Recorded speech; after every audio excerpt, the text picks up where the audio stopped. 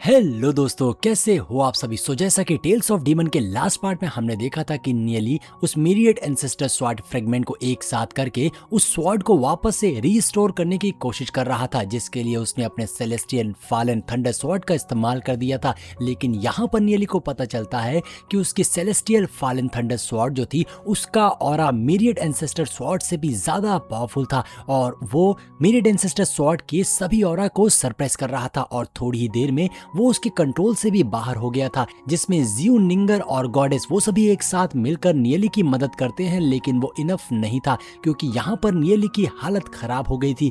वो स्वॉर्ड नियली की स्पिरिट को अपने अंदर खींच रही थी, वापस से स्वॉर्ड की स्पिरिट को जिंदा करने के लिए, और नियली से बचने की कोशिश कर रहा था। और तभी वहां पर जिंडैन की एंट्री हो गई थी। जिंडैन आते ही अपने ऑरा को नियली की बॉडी में ट्रांसफर कर देता है, जिससे अब नियली का ऑरा बहुत ज्यादा बढ़ गया था और वो अपनी सोल पावर को सेलेस्टियल फॉलन थंडर स्वॉर्ड के अंदर डाल देता है, जिससे अब नियली की हेल्प हो गई थी उस स्वॉर्ड के ऑरा को सरप्रेस करने में। और अब एपिसोड की शुरुआत बिल्कुल उसी सीन से होती है, जहां पर नियली जिंडैन की ऑरा को अपनी बॉडी में लेकर उस ऑरा को उस सेलेस्टियल फॉलन थंडर स्वॉर्ड के अंदर डालता है, जिससे थोड़ी ही देर के अंदर सेलेस्टियल फॉलन थंडर स्वॉर्ड का जो ऑरा था वो सरप्रेस होने लग जाता है और वो स्वॉर्ड अब नियली की कंट्रोल में आने लगी थी। नियली उस स्वॉर्ड को शांत कर देता है, उसका फिर से ऑरा एकदम नॉर्मल हो गया था और अब नियली इस बात से खुश होकर जिंडैन को देखता है। तभी जिंडैन, जो कि बड़ा सा बीस्ट था, वापस से अपने छोटे से गोल्डन एग फॉर्म में ट्रांसफॉर्म हो जाता है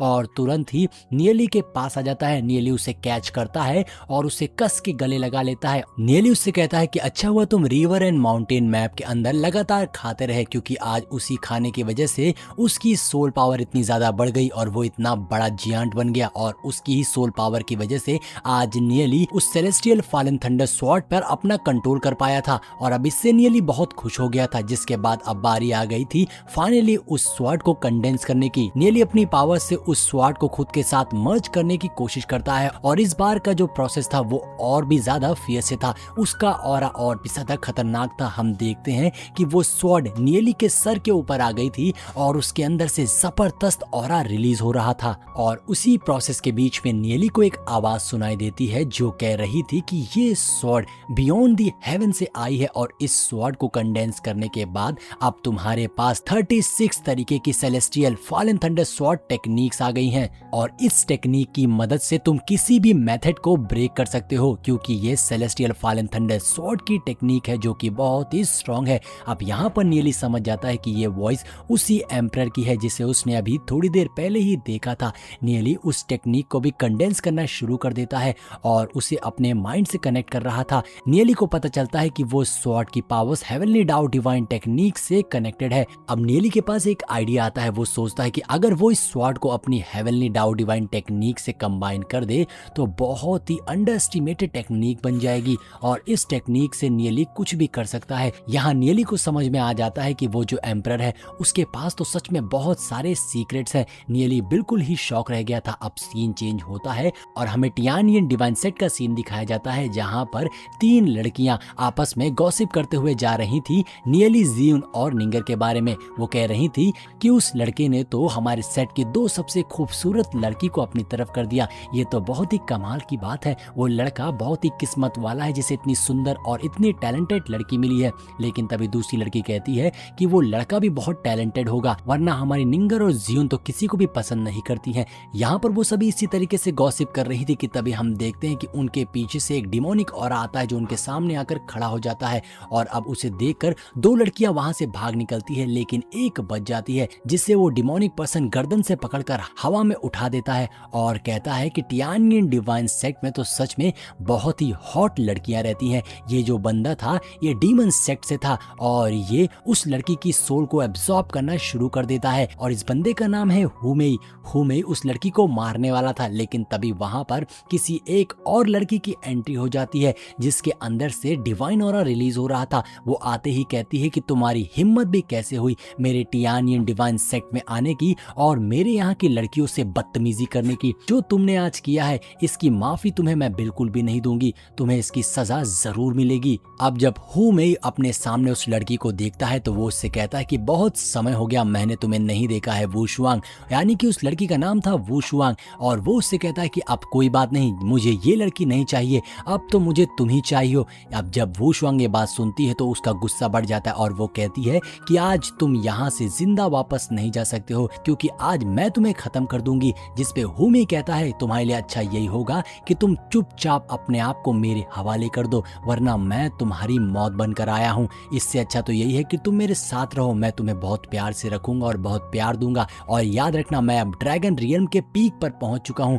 तो ये तो बिल्कुल भी मत सोचना कि तुम मेरा मुकाबला कर सकती हो। इसीलिए चुपचाप अपने हस्बैंड की बात मानो और जो मैं कह रहा हूं वही करो, तो मैं तुम्हें खुश रखूंगा। जिस पे अब वू शुआंग को गुस्सा आ जाती है और वो अपने फॉर्मेशन को क्रिएट करते हुए कहती है इसकी सजा तुम्हें अब मिलेगी, तुम अब बोल नहीं पाओगे। ऐसा कहते हुए वो अपनी एनर्जी को गैदर करती है और हम देखते हैं उसके पास में जो इंस्ट्रूमेंट था उसको बजाते ही उसके अंदर से बहुत सारे मल्टीपल स्पाइक्स निकलते हैं जो सीधा जाके हुमेई को लग जाते हैं। और ये इतना ज्यादा स्ट्रॉन्ग अटैक था कि इससे हुमेई के मुंह से खून निकल आता है और वो वहां से भागने की कोशिश करता है।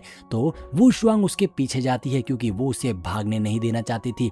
और तभी वहां पर हम देखते हैं ऊपर आसमान में एक और बड़ा सा डिमोनिक फॉर्मेशन क्रिएट होने लग जाता है, जिससे देखकर ये सभी घबरा गए थे। और उसके अंदर से एक वॉइस आती है कि तुम्हारे टियानियन डिवाइन सेट को अब पूरी तरीके से घेर लिया गया है और अब यहाँ से सिंगल पर्सन भी बचकर नहीं निकल सकता है। ऐसा कहते ही उसके अंदर से कुछ बड़ी बड़ी वाइन्स जैसी ब्लैक एनर्जी बाहर निकलती है जो वू शुआंग पे अटैक करने वाली थी। और वू शुआंग कुछ भी नहीं कर पाती, वो बिल्कुल ही शॉक सी रह जाती है कि तभी एक अटैक होता है जो उन वाइन्स को तुरंत ही पीछे कर देता है। और यहाँ पर एंट्री हो गई थी नैनगोंग की। नैनगोंग सबके सामने आ जाती है और नैनगोंग कहती है कि तुम्हारी हिम्मत भी कैसे हुई मेरे टियानियन डिवाइन सेक्ट में आने की, तुम्हें इसकी सजा मिलेगी, तुमने इन्वेड करके बहुत बड़ी गलती कर दी है, अब ये तुम्हारे लिए एक मौत का पैगाम बन गया है। यहाँ पर हम देखते हैं नैनगोंग काफी ज्यादा गुस्से में आ गई थी और वो कहती है कि जल्दी से टियानियन डिवाइन क्लैन के ग्रेट फॉर्मेशन को एक्टिवेट कर दो,